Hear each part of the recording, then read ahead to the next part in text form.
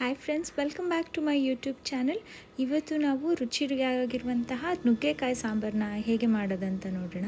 So ಇದಕ್ಕೆ ತುಂಬ simple. ಇದಕ್ಕೆ ಬೇಕಾಗಿರುವಂಥ ಇಂಗ್ರೀಡಿಯೆಂಟ್ಸ್ ಬಂದು 1 ಕಪ್ ಆಗುವಷ್ಟು ಬೇಳೆ, 1-2 ಸ್ಪೂನ್ ಆಗುವಷ್ಟು ಸಾಂಬಾರ್ ಪೌಡರ್, 1 ಸ್ಪೂನ್ ಅಚ್ಚ ಪುಡಿ ಆ್ಯಂಡ್ ಒಂದು ಹೆಚ್ಚಿಟ್ಕೊಂಡಿರೋ ಟೊಮ್ಯಾಟೊ, ಹಾಗೆ ನುಗ್ಗೆಕಾಯಿ ಹೆಚ್ಚಿಟ್ಕೊಂಡಿರೋದು.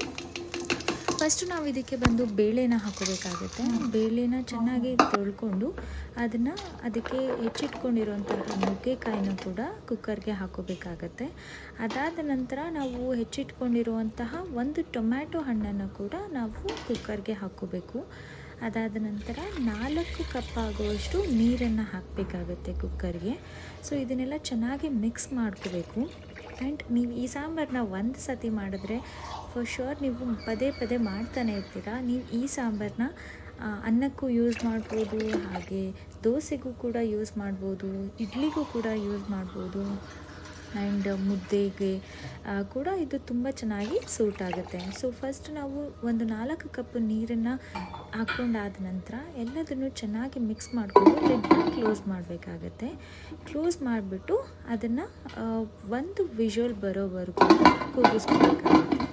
ನಾನಿವಾಗ ಲಿಡ್ನ ಕ್ಲೋಸ್ ಮಾಡ್ತಾಯಿದ್ದೀನಿ. ಮಾಡಿಬಿಟ್ಟು ಅದಕ್ಕೆ ವಿಷಲ್ ಹಾಕಿಬಿಟ್ಟು ಒಂದು ವಿಷಲ್ ಬರೋವರೆಗೂ ಕೂಗಿಸ್ಕೋಬೇಕು. ನೋಡಿ, ಈ ಥರ ಚೆನ್ನಾಗಿ ಬೇಳೆ ಎಲ್ಲ ಬೆಂದಿದೆ.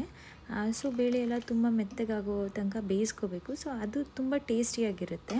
ಆ್ಯಂಡ್ ಬೇಳೆ ಜಾಸ್ತಿ ಆಗಿದಷ್ಟು ಟೇಸ್ಟ್ ಇನ್ನೂ ಚೆನ್ನಾಗಿ ಬರುತ್ತೆ. ಸೊ ಈ ಥರ ತರಕಾರಿಗಳೆಲ್ಲ ಚೆನ್ನಾಗಿ ಬೆಂದ ಮೇಲೆ ನಾವು ತೊಗೊಂಡಿರುವಂತಹ ಸಾಂಬಾರು ಪೌಡರ್ನ ಹಾಕೋಬೇಕಾಗತ್ತೆ. ಇದು 2 ಸ್ಪೂನ್ ಸಾಂಬಾರು ಪೌಡರ್. ಅದಾದ ನಂತರ 1.5 ಸ್ಪೂನ್ ಆಗುವಷ್ಟು ಅಚ್ಚ ಖಾರದ ಪುಡಿನ ಹಾಕೋಬೇಕಾಗತ್ತೆ. ಅದಾದ ನಂತರ ಚೆನ್ನಾಗಿ ಮಿಕ್ಸ್ ಮಾಡಿಕೊಂಡು ಇದನ್ನು ಆಲ್ಮೋಸ್ಟ್ ಒಂದು 10 ನಿಮಿಷವರೆಗೂ ಲೋ ಫ್ಲೇಮಲ್ಲಿ ಬೇಯಿಸ್ಕೋಬೇಕಾಗತ್ತೆ.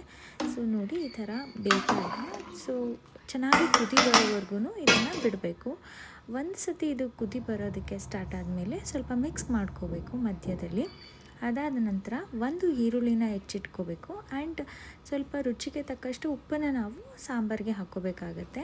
ಸೊ ಉಪ್ಪನ್ನು ಹಾಕಿ ಚೆನ್ನಾಗಿ ಮಿಕ್ಸ್ ಮಾಡ್ಕೋಬೇಕು. ಮಿಕ್ಸ್ ಮಾಡ್ಕೊಂಡಾದ ನಂತರ ನಾವು ಇನ್ನೊಂದು ಬಾಣಲಿನಲ್ಲಿ ಸ್ವಲ್ಪ ಒಗ್ಗರಣೆನ ಮಾಡ್ಕೋಬೇಕಾಗತ್ತೆ. ಇದು ಕುದೀತಾ ಇರಲಿ ಸಾಂಬಾರು, ಅಷ್ಟರಲ್ಲಿ ನಾವು ಒಗ್ಗರಣೆ ಕೂಡ ರೆಡಿ ಮಾಡ್ಕೊಳ್ಳೋಣ ಬನ್ನಿ.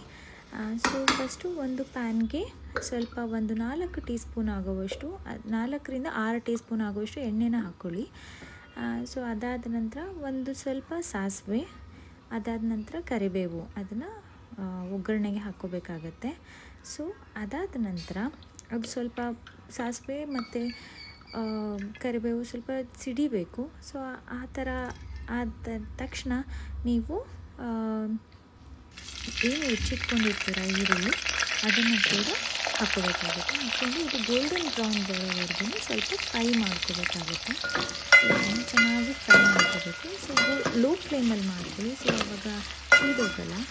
ಹೈ ಫ್ಲೇಮ್ ಇಟ್ಟಿಟ್ಟು ಬೇಗನೆ ಅದು ಸೀದೋಗಿ ಬಣ್ಣ ಚೇಂಜ್ ಆಗಿ ಟೇಸ್ಟ್ ಕೂಡ ಬರಲ್ಲ. ಸೊ ಲೋ ಫ್ಲೇಮಲ್ಲಿ ಮಾಡಿ, ಆವಾಗ ನಿಮಗೆ ರುಚಿ ಕೂಡ ಚೆನ್ನಾಗಿರುತ್ತೆ. ಸೊ ಇದು ಗೋಲ್ಡನ್ ಬ್ರೌನ್ ಬಂದಾದ ನಂತರ ನಾವು ಕುದಿತಾ ಇರೋ ಸಾಂಬಾರಿಂದ ಒಂದು 4 ಸ್ಪೂನ್ ಆಗುವಷ್ಟು ಸಾಂಬಾರನ್ನ ಇದಕ್ಕೆ ಹಾಕಬೇಕಾಗುತ್ತೆ. ಹಾಕ್ಕೊಂಡು ಚೆನ್ನಾಗಿ ಬೇಯಿಸ್ಬೇಕು ಇದಕ್ಕೆ. ಸೊ ಆವಾಗ ನಿಮಗೆ ಆ ಪರಿಮಳ ಚೆನ್ನಾಗಿ ಬರುತ್ತೆ. ಮನೇಲಿ ಎಲ್ಲರೂ ಕೇಳ್ತಾರೆ ಏನು ಸಾಂಬಾರು ಮಾಡ್ತಾ ಇದ್ದೀರಾ ಅಂತ. ಅಷ್ಟು ಚೆನ್ನಾಗಿ ಘಮ ಘಮ ಅಂತ ಇದರ ಸುವಾಸನೆ ಬರೋದಕ್ಕೆ ಸ್ಟಾರ್ಟ್ ಆಗುತ್ತೆ. ಸೊ ಚೆನ್ನಾಗಿ ಇದು ಬೆಂದಾದ ನಂತರ ಇದನ್ನು ಒಂದು 5 ನಿಮಿಷ ಇದನ್ನು ಲೋ ಫ್ಲೇಮಲ್ಲಿ ಬೇಯಿಸ್ಕೊಂಡು ಅದನ್ನು ಸಾಂಬಾರು ಪಾತ್ರೆಗೆ ನೀವು ಶಿಫ್ಟ್ ಮಾಡ್ಕೋಬೇಕಾಗತ್ತೆ. ಮಾಡಿಕೊಂಡು ಎರಡನ್ನ ಮಿಕ್ಸ್ ಮಾಡಿಬಿಟ್ಟು ಒಂದು 5 ನಿಮಿಷ ಲೋ ಫ್ಲೇಮಲ್ಲಿ ಕುದಿಸಿದ್ರೆ ನಮ್ಮ ಸಾಂಬಾರು ರೆಡಿ ಆಯಿತು.